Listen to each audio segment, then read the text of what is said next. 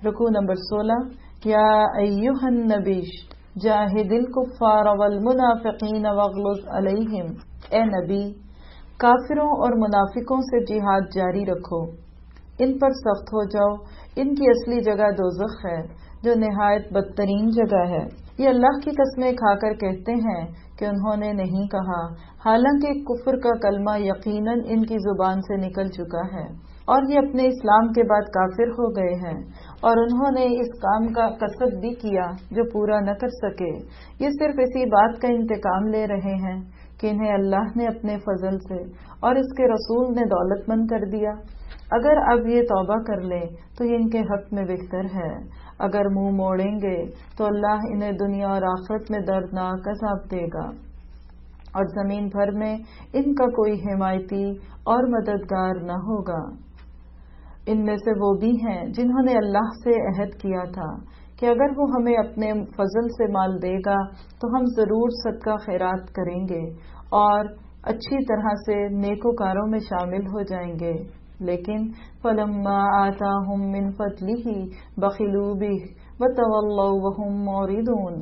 لیکن جب لوگ اللہ نے اپنے فضل سے ان کو دیا تو یہ اس میں بخیلی کرنے لگے اور ٹال مٹول کر کے منہ موڑ لیا. بس اس کی سزا میں اللہ نے ان کے دلوں میں نفاق ڈال دیا اللہ سے ملنے کے دنوں تک، کیونکہ انہوں نے اللہ سے کیے ہوئے وعدے کا خلاف کیا اور جھوٹ بولتے رہے. الم یعلموا ان اللہ یعلم سرهم ونجواهم وان اللہ علام الغیوب. کیا وہ نہیں جانتے کہ اللہ کو ان کے دل کا بھید اور ان کی سرگوشی سب معلوم ہے؟ اللہ تعالیٰ غیب کی تمام باتوں سے خبردار ہے. الذین یلمزون المتطوعین من المؤمنین. جو لوگ ان مسلمانوں پر تانا زنی کرتے ہیں جو دل کھول کر خرچ کرتے ہیں، اور ان لوگوں پر جنہیں سوائے اپنی محنت اور مزدوری کے کچھ میسر ہی نہیں، بس یہ لوگ مذاق اڑاتے ہیں، اللہ ان سے تمسخر کرتا ہے، انہی کے لیے دردناک عذاب ہے.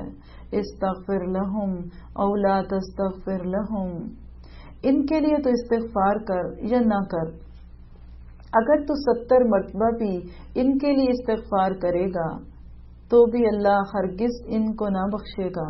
یہ اس لیے کہ انہوں نے اللہ سے اور اس کے رسول سے کفر کیا، اور ایسے فاسق لوگوں کو رب کریم ہدایت نہیں دیتا. یہ ہے رکوع، اس کا نام کیا ہے؟ نفاق پر موت. پورے رکوع میں اللہ تعالیٰ نے نبی صلی اللہ علیہ وسلم کو ابتدا میں حکم دیا کیا کہ آپ کافروں اور منافقوں پر سختی کیجیے اور ان سے جہاد کیجیے. یہاں دیکھیے کہ منافقوں کو کفار کے ساتھ ملایا گیا، اس چیز کی اہمیت بتانے کے لیے کہ بعض دفعہ کا نفاق جو ہے وہ انسان کو کفر کی طرف لے جاتا ہے. دوسری چیز اس رکوع میں اللہ تعالیٰ نے پھر منافقوں کے کچھ رویے کہ وہ قسمیں کھاتے ہیں آ کے، کچھ باتیں اللہ تعالیٰ نے منافقوں کی بھاگ دوڑ بتائی ہے. کون سی؟ نمبر 1، اس بات پہ قسم کھاتے ہیں کہ ہم نے کفر کی بات نہیں کی. پھر اس بات پہ ان کو غصہ آتا ہے کہ اللہ اور اس کا رسول ان کو اپنے فضل سے جو غنی کرتا ہے تو دوسروں کو زیادہ کیوں ملتا ہے. بعض یہ عہد کرتے ہیں کہ اگر اللہ ہمیں مال دے گا تو ہم اس میں صدقہ کریں گے، لیکن جب مال مل جاتا ہے تو پھر بخل پہ آتے ہیں، اپنے عہد سے پھر جاتے ہیں، اہل ایمان کی مالی قربانیوں پر باتیں بناتے ہیں، اہل ایمان کا مذاق اڑاتے ہیں. اس میں ایک واقعہ بھی آتا ہے کہ جب جہاد کی بات ہوئی تو کچھ لوگ جو تھے وہ بڑھ بڑھ کے لے کے آئے زیادہ سے زیادہ سامان، تو اس کے دیکھ کے منافقوں نے باتیں کی، دیکھو شو مار رہے ہیں، دکھانے کے لیے کر رہے ہیں، اپنے نمبر بنا رہے ہیں، بہت بڑا لا رہے ہیں. اور کچھ لوگ تھے جن کے پاس کچھ بھی نہیں تھا. ایک صحابی تھے تو ان کے پاس کچھ زیادہ مال نہیں تھا. جب اللہ کے نبی صلی اللہ علیہ وسلم نے کہا کہ اپنے پاس جو بھی چیز ہے اس کو لے کے آؤ، کیونکہ تبوک کا موقع ایسا تھا کہ اس کے لیے فنڈز بھی جمع کیے گئے، اور لوگ یہ وہ موقع ہے کہ جس موقع پہ حضرت ابو بکر صدیق پورے گھر کا سامان لے آئے، حضرت عمر آدھے گھر کا لائے، حضرت عثمان نے بہت سارے گھوڑے دیے، اور اسی طرح سے باتیں ہوئیں. تو ایک صحابی تو ان کے دل میں خیال آیا کہ میرے پاس تو کچھ بھی نہیں ہے تو میں کیا کروں. بیٹھ جاتے، خاموشی سے بیٹھے نہیں. ایک یہودی کے کنویں پہ گئے، سارا دن ان کا کنواں سے پانی نکالتے رہے اور رات کو ایک مٹھی بھر کھجوریں ان کو ملی مزدوری میں اور وہ لے کے آئے اور نبی صلی اللہ علیہ وسلم کو شرماتے ہوئے دی کہ اللہ کے نبی آج تو اس سے زیادہ کچھ بھی نہیں ہے۔ اس بات کو دیکھ کے منافقوں نے ان کا مذاق اڑایا کہ دیکھو مٹھی بھر کھجوروں سے روم کو فتح کرنے جا رہے ہیں، لیکن اللہ تعالیٰ نے ان کے اس عمل کی کتنی بڑی قدردانی کی کہ یہ آیت نازل کر دی کہ ان میں سے کچھ لوگ ہیں کہ جو کچھ نہیں پاتے مگر اپنی محنت کا۔ عمل کی بات کیا ہے کہ اگر اللہ کے دین کے لیے کرنے کے لیے یا دینے کے لیے بہت زیادہ کچھ نہیں بھی ہے تو جتنا ہے اسی کو دے دو۔ آپ نے نبی صلی اللہ علیہ وسلم نے وہ کھجوریں لی اور اس کو پورے ڈھیر کے اوپر پھیلا دی اور فرمایا کہ آج مٹھی بھر کھجوریں جو ہیں وہ سارے ڈھیر پہ غالب آ گئی۔ اللہ تعالیٰ انسان کی نیت دیکھتا ہے، اس کی کوشش دیکھتا ہے، کوانٹٹی نہیں کوالٹی دیکھتا ہے، کس درجے کا نیکی کر کے آئے ہو، کیا کام کر کے آئے ہو۔ منافقوں کی عادت ہی مذاق کرنے کی، جو نہیں تھوڑا لائے تو ان کا مذاق کیا کہ یہ تو کیا دے رہے ہیں، اور جو بہت لائے تو کہا یہ تو دکھانے کو دے رہے ہیں۔ اللہ تعالیٰ نے کہا کہ ان لوگوں کو چھوڑ دو۔ پھر اس میں ایک اور ہمارے عمل کی بات بڑی اہم ہے، اور وہ کیا کہ کچھ لوگ یہ کہتے ہیں کہ جب ہمیں مال ملے گا تو ہم بہت خرچ کریں گے، لیکن جب مل جاتا ہے تو بخل کرتے ہیں۔ ہمیں اپنا جائزہ لینا ہے کہ ہمارے اندر یہ عادت تو نہیں۔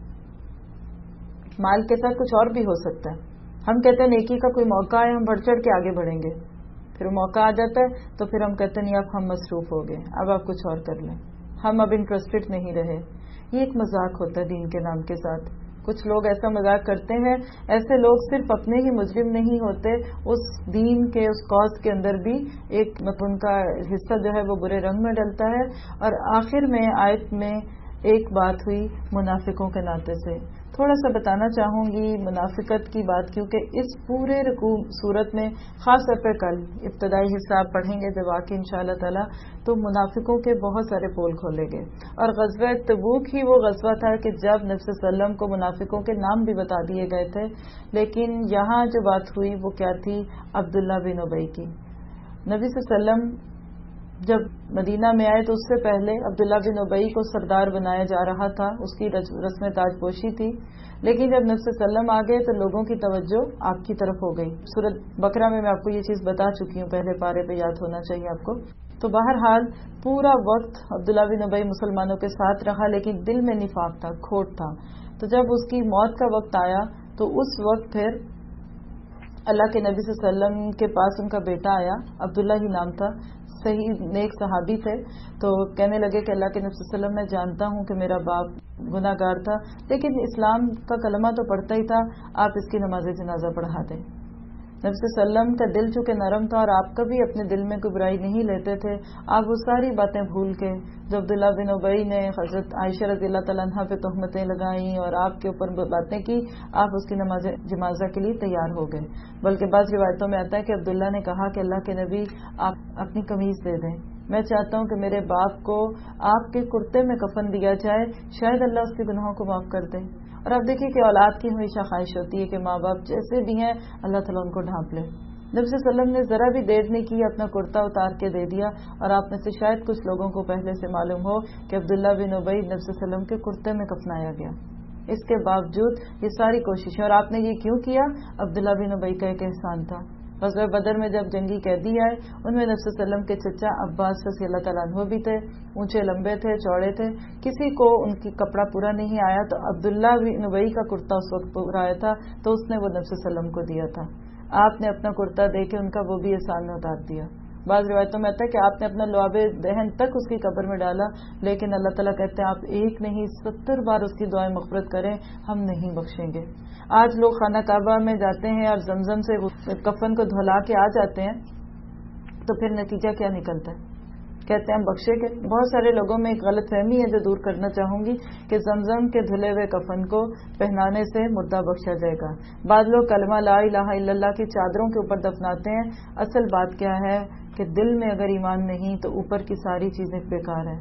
آپ قبروں کے اوپر جتنے مرضی پھول لاد دیجئے، اگر اندر جنت کے پھول نہیں کھلے ہوئے تو کچھ بات نہیں بنے گی۔ اصلاح کی ضرورت ہے دل کی۔